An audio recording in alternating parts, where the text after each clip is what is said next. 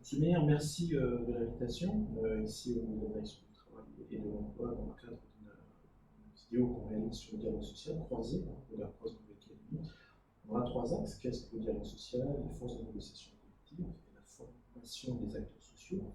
Alors, pouvez-vous expliquer le concept que vous donnez au dialogue social? Le dialogue social, le concept, pour nous, c'est d'essayer de trouver des points d'équilibre sans avoir recours nécessairement à la force. Voilà.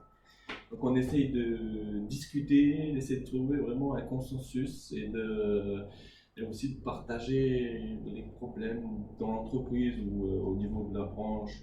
Voilà, c'est vraiment, on essaye de comprendre l'autre et d'essayer de faire valoir aussi nos points de vue. Et donc tout ça arrive à un compromis et à un équilibre. Voilà. Donc ça c'est vraiment le dialogue social. Pour nous c'est vraiment éviter le plus possible le conflit. Tout à fait. Donc ça implique une valeur de respect, de partage, de discussion. Oui, oui, oui, alors le respect évident, c'est probablement la première des notions qui me vient à l'esprit. Hein. Si on ne se respecte pas, si on se marche dessus les uns les autres, ben, on n'arrive pas au consensus.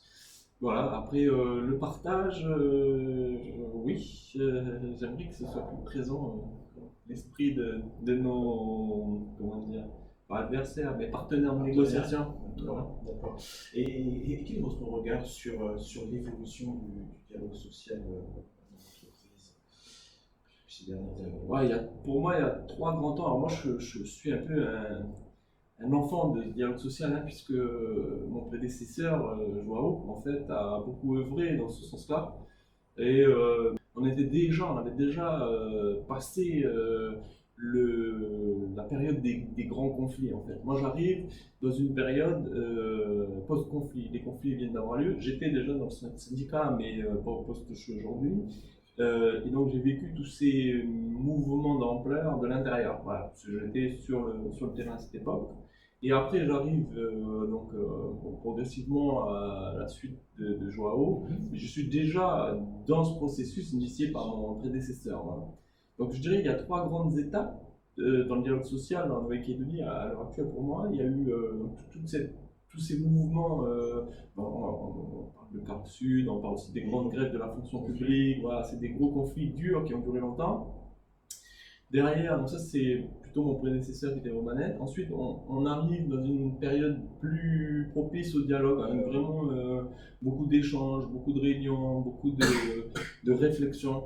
Et puis, on arrive à aujourd'hui sur une position de repli. Aujourd'hui, on est sur une position de repli où chacun a tendance à revenir sur ses fondamentaux et plus vraiment, on n'est plus dans l'esprit de construction, à mon sens. On est plus aujourd'hui sur un retour. Ben, chacun revient dans ses tranchées, quoi. C'est le sentiment actuel Que vous avez que j'ai actuellement. Est-ce qu'il y a un vrai dialogue social calédonien qui est imprégné de l'histoire calédonienne?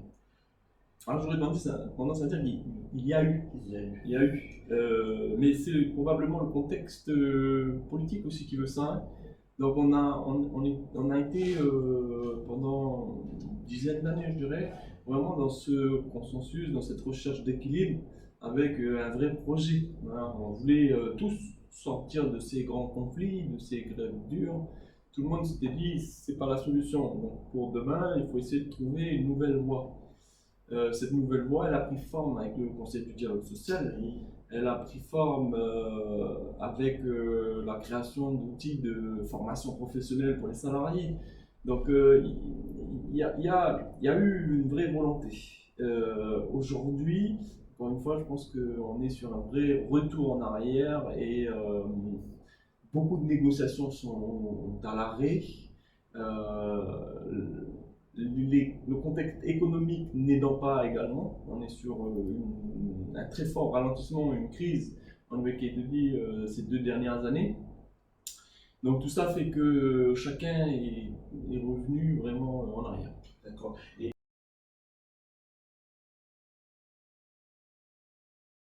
ce retour en arrière, peut-être peut-on mieux le voir au niveau de la négociation collective. Comment pratiquer la négociation collective? en mettant en perspective ce que vous dites Ouais. sur ralentissement Alors, au niveau ouais. du dialogue social. Donc nous, fédération, dans le secteur privé, on est essentiellement présent au niveau de l'entreprise. On est présent puisqu'on n'est pas sur l'interpro ni sur les branches. Donc ce que je peux vous dire, c'est qu'au niveau de l'entreprise, on a eu donc toute cette période, toute la période ouverte à la négociation où je dirais pas qu'il suffisait de prendre rendez-vous et puis on arrivait à trouver un protocole. Donc, d'accord, ça serait un peu comment dire, embellir la situation de l'époque, mais il y avait un vrai échange. Le patron nous recevait, on arrivait à discuter, il tenait compte de nos observations d'une partie, nous tenions compte de ses difficultés, et au final, on arrivait dans ces années-là à peu près à un compromis équilibré entre les salariés et le patron de l'entreprise. Petit à petit, la situation a glissé vers une confrontation. Le patron, il faisait plutôt fin de non-recevoir, pas de réunion. Du coup, la réaction, ça a été première de basculer, et je pense que c'est le mouvement général. On va le voir probablement plus tard dans la suite de l'entretien, mais aujourd'hui, le patron, il nous dit quoi? Il nous dit non, je ne vous reçois pas. Derrière notre action, c'est avocat, tout de suite. Tu veux pas nous recevoir, très bien, mais c'est l'avocat qui appelle le patron du coup, qui lui dit bon ben voilà, moi j'ai ça, qu'est-ce qu'on fait? Voilà. Donc là-dessus, on est vraiment sur une position de repli, puisque là on n'est plus dans le. Vous n'êtes plus dans l'intuitif personnel, on dit en tant que personne. Mais... Voilà. Mais on arrive encore à l'issue de ce petit changement de procédure, on arrive encore à discuter, mais plus avec tout le monde. Si l'avocat ne marche pas, deux options s'ouvrent alors à nous. C'est la bonne vieille méthode, la vache bleue, comme on dit, ou poursuivre sur l'action juridique. Voilà. Donc, je ne dirais pas que tout se passe comme ça aujourd'hui dans les entreprises, ce serait encore une fois là par contre noircir le tableau, mais il y a une tendance qui va vers là. C'est le chemin qu'on prend actuellement. Voilà. Très clairement, on prend ce chemin-là sur l'entreprise. Après, je ne parlerai pas trop des branches et de la. Mais par contre, sur la négociation collective, c'est aussi un peu le chemin qu'on prend, c'est-à-dire que chacun est revenu sur ses fondamentaux. Hein. Là, actuellement, il y a des grands projets en discussion sur la réforme des institutions représentatives du personnel. On sent bien que on n'est plus dans la recherche d'équilibre, on est sur la recherche du profit, je dirais pas personnel, parce que c'est pas des individus, mais on est sur qu'est-ce que je peux gagner, moi, en échange de cette réforme. Voilà. Je pense que là, on n'est plus dans l'esprit de partage et de respect. Là, on en sort. Voilà. Donc, on le sent très nettement. Du moins dans notre organisation, on voit progressivement ce dialogue.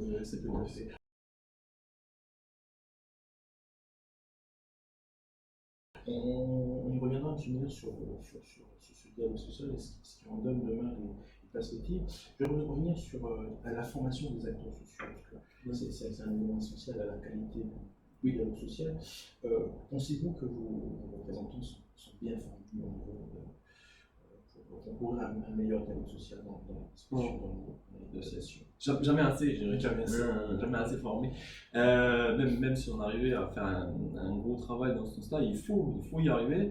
La négociation collective, le champ, il est vaste, énorme. Dans la négociation collective, on peut parler des horaires de travail, voilà, on peut parler formation professionnelle, on peut parler santé, hygiène et sécurité, on peut parler... Donc tout ça, c'est des domaines de compétences par eux-mêmes, quoi. Et du coup, il faut qu'on arrive à former, mais du coup, il faut investir sur l'humain. C'est du volontariat. Enfin, je veux dire, le syndicalisme, c'est du volontariat. Donc on forme. Il faut spécialiser probablement. Alors, on ne fait peut-être pas suffisamment encore aujourd'hui, mais il faut spécialiser. Et il faut essayer d'avoir un retour sur investissement. C'est pas très joli comme terme, mais quand une organisation forme un représentant sur comment dire, la formation professionnelle, ça a un coût et c'est un investissement pour l'organisation. Derrière, il faut qu'il y ait une suite. Or, malheureusement, aujourd'hui, nous n'avons pas les outils pour. Comment dire, c'est pas des termes très jolis que j'utilise, mais fidéliser nos représentants. Alors, c'est pas qu'ils aiment pas le syndicat ou qu'ils disent non, non, c'est que ça demande beaucoup d'investissement personnel. On met sa carrière entre parenthèses, et pendant ce laps de temps, c'est du temps qu'on donne. Et parfois, il y a des accidents de la vie, on se dit ben non, maintenant je peux plus, voilà. Voilà. Mais sinon, la formation pour nous c'est essentiel. Et encore une fois, on n'en fera jamais assez. J'ai aussi coutume de dire qu'un syndicat, sa force, c'est la force de sa base. Aujourd'hui, comme je le disais tout à l'heure, on a glissé d'un syndicalisme de combat progressivement à un syndicalisme juridique. Je parlais d'avocats. Et donc, plus nos militants, plus nos représentants auront des armes juridiques, auront des connaissances dans le domaine, plus ils seront en capacité de négocier. Donc vraiment, pour moi, la force d'une organisation syndicale, c'est la force que représente sa base. Quoi. Voilà. On a un organisme en mécanique, l'IRS, l'Institut de relations sociales, qui forme en même temps les employeurs et les employés. Est-ce que vous avez des représentants de... Oui, des gens de chez nous vont dans ces formations, effectivement. Je dirais que l'IRS, c'est bien, mais c'est une première brique, en fait. Parce qu'à l'IRS, on est sur une démarche on acquiert un palier de compétences. Ensuite vient la philosophie syndicale. C'est pour ça que d'ailleurs il y a plusieurs organisations syndicales, chacun ayant une vision différente des domaines. Et donc pour nous, l'IRS, ça sert de première strate de formation. Et après vient la formation plus militante avec voilà, sur la formation professionnelle. Est-ce qu'on crée une formation professionnelle plutôt élitiste? Est-ce qu'on fait une formation plutôt généraliste? Enfin, voilà, et après, chaque organisation, bien sûr, a sa propre organisation. Voilà, sa propre vision de la formation. Oui, entre autres, oui. La représentation du personnel. Tout à fait. Je reviens sur ce glissement que vous évoquiez tout à l'heure sur le dialogue social. Aujourd'hui, vous évoquiez qu'on revient un petit peu aux éléments il y a quelques temps pour lesquels on était plutôt dans une perspective de fortifier le dialogue social. Quels seraient selon vous les éléments qui permettraient de revenir à un dialogue social équilibré, sachant le contexte de la Nouvelle-Calédonie, ou des atouts qui nous permettent, des outils qui nous permettent d'y revenir? J'en parle tout le temps dans la perspective du contexte qui traverse la Nouvelle-Calédonie. Oui, parce que aujourd'hui, j'aimerais avoir une partie de la solution, au moins des éléments de réponse, pour pouvoir faire changer ce qui est en train de se passer. Actuellement, qu'est-ce qui pourrait permettre ce retour à un dialogue plus constructif? Je pense que la représentativité fait... les éléments de représentativité font qu'on est sur cette démarche de retour en arrière. Pourquoi? Parce que chacun essaye de peser plus que l'autre, et quand on est dans une course, dans une compétition au pouvoir, on va dire, peu importe le moyen, pourvu qu'on arrive à nos fins, quoi. Donc je pense que la représentativité a apporté énormément, mais elle a des limites.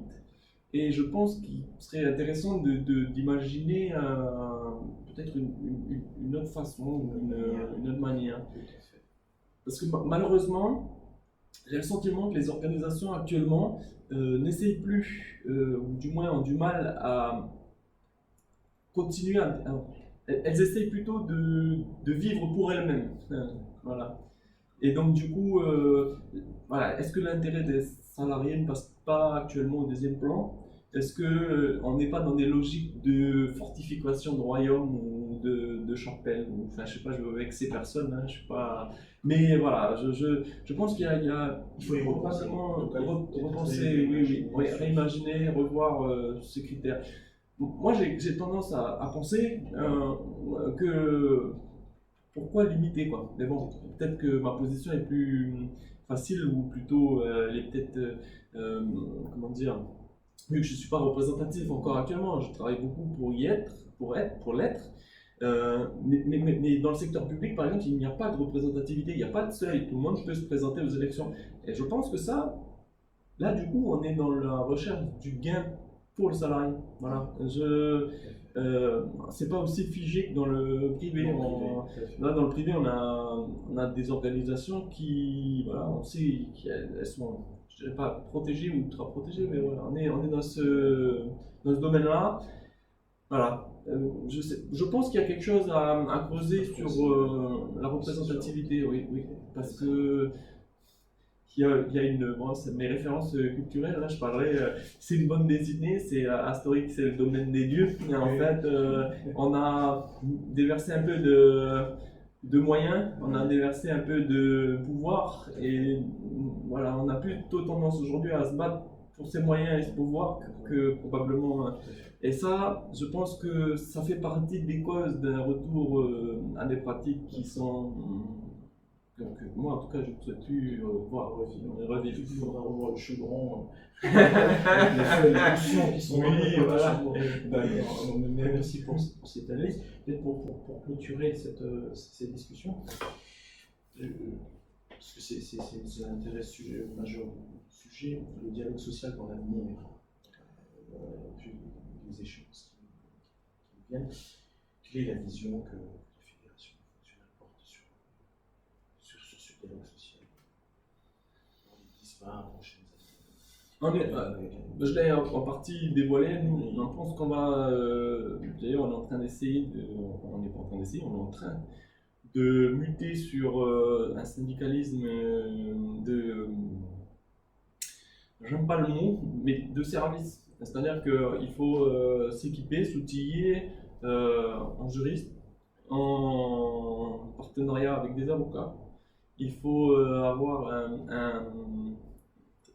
comment dire, une réactivité importante. Donc il faut très probablement, alors là, autant les deux premiers, on a travaillé dessus. Le troisième, on est encore très mauvais en ce qui nous concerne, mais tout ce qui est dans la réponse de l'instantané. Aujourd'hui, la nouvelle génération, ils sont sur le net, ils vont sur un forum ou sur un quiz, ils te posent la question, ils veulent la réponse dans les 20 minutes, quoi.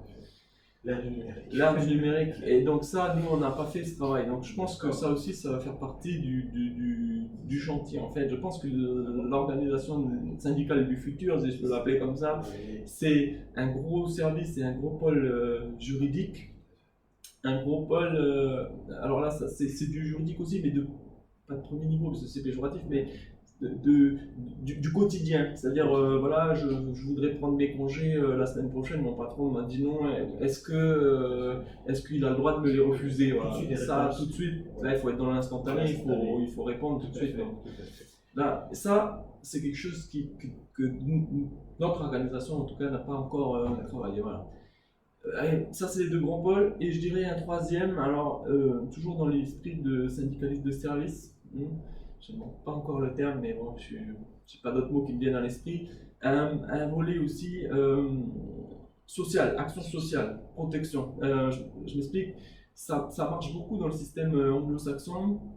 On a un décès, quel service on peut amener à l'entourage, à la famille.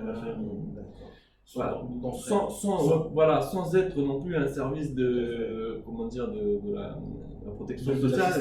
Voilà. Ouais. Qu'est-ce qu'on amène après au quotidien, dans la vie du quotidien, qu'est-ce qu'on peut apporter en termes de pouvoir d'achat? Je ne sais pas moi, est-ce que il ne faudrait pas songer à mettre en place des tickets de réduction?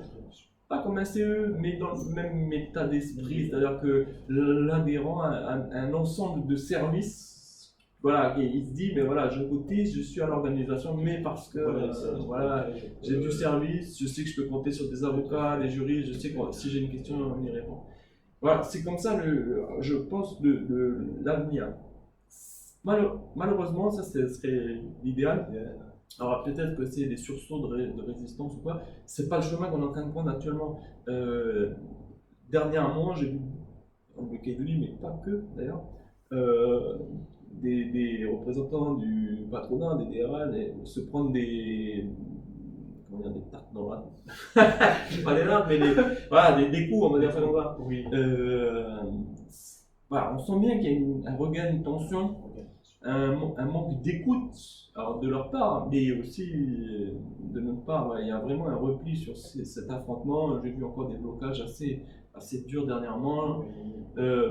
Voilà, peut-être qu'on est en train d'hésiter entre les deux systèmes. Voilà, mais Peut-être qu'on aurait faire un site et puis oui. Voilà, après tout à l'heure j'ai dit c'est lié aussi comment dire, la politique de notre pays a une importance, le contexte politique a une importance très grande. Et on sent aussi des replis communautaires, hein, voilà, donc il faut le dire aussi, des replis communautaires, identitaires très, très forts dans ces périodes qu'on avait vu plus ou moins disparaître, ou du moins s'atténuer très fortement dans les années précédentes. C'est bien, on arrive à la fin de cet entretien. Je vous laisse le dernier mot de la fin pour conclure. Bon, ben, pour conclure, je pense que si on ne veut pas subir ou aller dans le même chemin que ce qui s'est passé et ce qui se passe en France, c'est-à-dire une désertification, ou du moins un désintérêt important du salarié, du travailleur, qui se désintéresse très fortement des organisations syndicales, on a intérêt à imaginer tout de suite la suite. C'est-à-dire que, parce qu'on le voit hein, actuellement dans les résultats aux élections professionnelles, de plus en plus de non-syndiqués prennent des postes de représentants du personnel. Voilà, ça questionne, hein, voilà, c'est qu'on n'arrive pas à répondre aux attentes. Et donc, je pense que nous aurions intérêt à passer au syndicalisme, alors, les mots à la mode, 2.0, machin, mais non, vraiment à essayer de répondre aux attentes des salariés. Voilà.